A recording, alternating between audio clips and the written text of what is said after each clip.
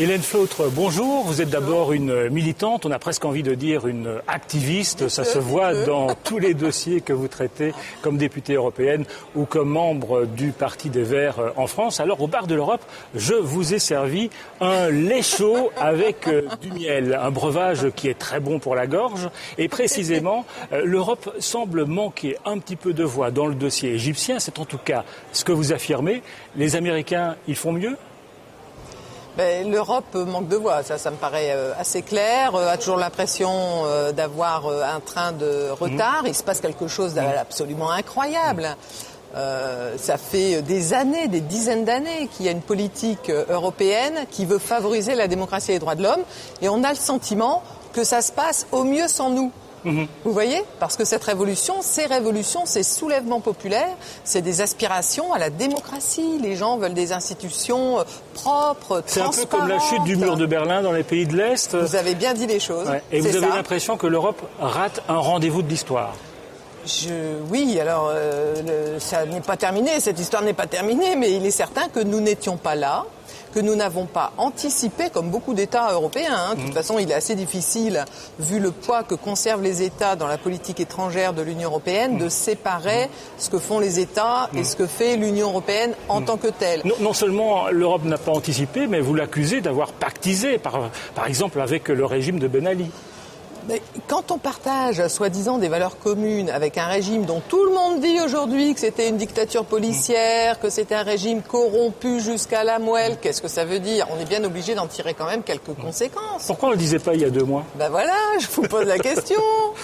Pourquoi vous ne m'avez pas invité au bar de l'Europe il y a 2 mois pour que je vous explique tout ce que je pense du régime tunisien ? Mais alors, au sommet européen, le dernier sommet, les 27 ont quand même demandé, je cite, aux autorités du Caire de répondre aux aspirations du peuple égyptien. Et ils ont mandaté Catherine Ashton, la haute représentante pour la politique étrangère, de porter ce message. C'est bien ça, non ? C'est tout à fait bien. C'est tout à fait bien de soutenir les aspirations démocratiques. J'allais dire, c'est le minimum syndical. Il s'agit maintenant de savoir comment on va s'y prendre. Est-ce que nous-mêmes, est-ce que nous sommes capables de prendre la mesure de ces aspirations démocratiques ? Moi, je pense qu'il est éventuellement permis d'en douter. Je pense que dans ces 2 pays, l'Union européenne doit mettre des équipes de haute voltige politique et d'intelligence citoyenne pour être capable justement d'aller soutenir les réformes qui sont structurelles essentielles en matière d'indépendance de la justice, de liberté de la presse, de levée de ces états sécuritaires et policiers, et pour aller travailler avec la société civile les projets qui, eux, sont porteurs de démocratie et de développement durable. C'est ça l'enjeu. Alors, je vous interromps parce que vous le voyez, il y a des petits parasites qui apparaissent et derrière ces parasites, quelqu'un qui manifeste son envie de poser une question sur un autre dossier qui vous préoccupe. D'accord. Madame le député, bonjour. Je suis Alexia Kefalas, la correspondante de TV5 Monde en Grèce. Et justement, le pays accueille 90% de l'immigration clandestine en Europe. Et pour cause, l'Italie, l'Espagne, mais aussi Malte, ont tout simplement fermé leurs frontières. Résultat, la police aux frontières est dépassée malgré l'aide de Frontex. Les centres d'accueil sont débordés et le cœur d'Athènes est en train de se ghettoiser, laissant la place aux partis d'extrême droite. Ma question est la suivante. La construction d'un mur de barbelés à la frontière gréco-turque dans le nord du pays n'est-elle pas une solution alternative en attendant que l'Union européenne se dote d'une politique migratoire commune ? J'entends par là immigration clandestine, octroi d'asile politique et renvoi des réfugiés. Réponse ? Écoutez, c'est vrai que ce qui se passe à la frontière gréco-turque aujourd'hui est tout à fait une construction liée à la politique qu'on mène. C'est vrai que c'est lié au fait que plus personne n'arrive en Italie, à Lampedusa, à Malte et en Chine. Mais c'est une politique européenne. Ce sont les opérations de Frontex dans la Méditerranée, c'est aussi l'accord bilatéral entre l'Italie et la Libye qui fait que les routes migratoires se bougent pour aller donc à la frontière gréco-turque. Mais alors, on peut faire un mur. Moi, je trouve que c'est un signe catastrophique, mais c'est surtout totalement inefficace. 12 km et demi de mur. Vous voulez que ça change quoi ? Au départ des gens qui sont poussés par des raisons essentielles et vitales, ils viendront. Alors, on va mettre un mur à la frontière bulgare ? C'est ça ? On va faire des patrouilles Frontex dans la mer Noire ? Alors, vous parlez de Frontex. C'est déjà écrit, ça. Tout le monde ne sait pas ce que c'est Frontex. C'est en fait l'agence qui contrôle les frontières extérieures de l'Union européenne. Une agence qui dispose d'hélicoptères, d'avions, de bateaux. Et vous avez fait un rapport. En quelque sorte, vous dites que Frontex, cette agence, elle est hors la loi.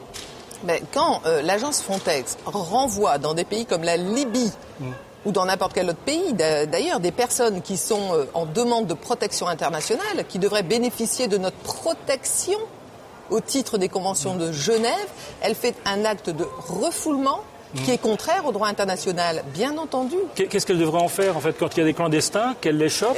Des clandestins, ce sont des migrants. Parmi ces migrants, vous savez que ceux qui arrivaient sur l'île de Lampedusa, que dit le HCR? Le HCR dit qu'à 80%, ce sont des personnes qui légitimement pouvaient bénéficier d'une protection internationale. Alors, il faut qu'on dise, si on change de politique, on va retirer notre signature aux conventions de Genève, on va ne plus être à la hauteur de nos attentes, de nos engagements au niveau de la politique d'asile. Il faut absolument que l'Union européenne se dote d'une politique de migration efficace et d'asile respectueuse de ses engagements. Et ça veut dire effectivement assumer le fait que l'Union européenne a un grand besoin de migrants. Pas des migrants qu'on a transformés par des routes d'errance qui violent leurs droits et leur dignité pendant éventuellement des années, mais des vraies politiques respectueuses des personnes qui font que les gens peuvent venir ici en Europe, travailler, s'installer et chercher protection dans la plus grande dignité. C'est ça la solution. C'est pas de faire un mur en Grèce ou un mur en Bulgarie ou je ne sais où. Question d'une internaute, Chantal Birem de Colmar. Je suis de gauche, mais quand Madame Flautre veut accueillir tous les clandestins en Europe, elle fait le jeu de l'extrême droite. Elle s'étonnera qu'après ça, les électeurs qui vivent la crise votent pour les partis les plus populistes. Oh là là, je pense que l'Europe est très loin d'accueillir la misère du monde et que de toute façon, cette misère-là ne nous le demande pas. C'est une toute petite partie des plus de 800 millions de migrants internationaux qui viennent en Europe. Toute petite partie. Le pays le plus grand, d'accueil le plus important dans le monde des réfugiés, c'est qui? C'est le Pakistan qui accueille les Afghans. Et le deuxième, c'est qui? C'est la Syrie qui accueille les Irakiens. Donc on est très très loin d'être le pays vers lequel se ruent tous les migrants du monde. Et d'ailleurs, on a bien du mal à capter en Europe, tellement nos politiques sont absurdes de ce point de vue, les migrants qui pourraient être d'un bénéfice pour eux-mêmes, pour leur pays d'origine et pour nous, pays d'accueil, y compris en termes économiques, tout à fait pertinent. Merci Hélène Flautre d'être venue au bar de l'Europe et je propose d'offrir votre verre de lait à Catherine Ashton. Eh ben allons-y. Elle doit partir en Tunisie bientôt. Merci.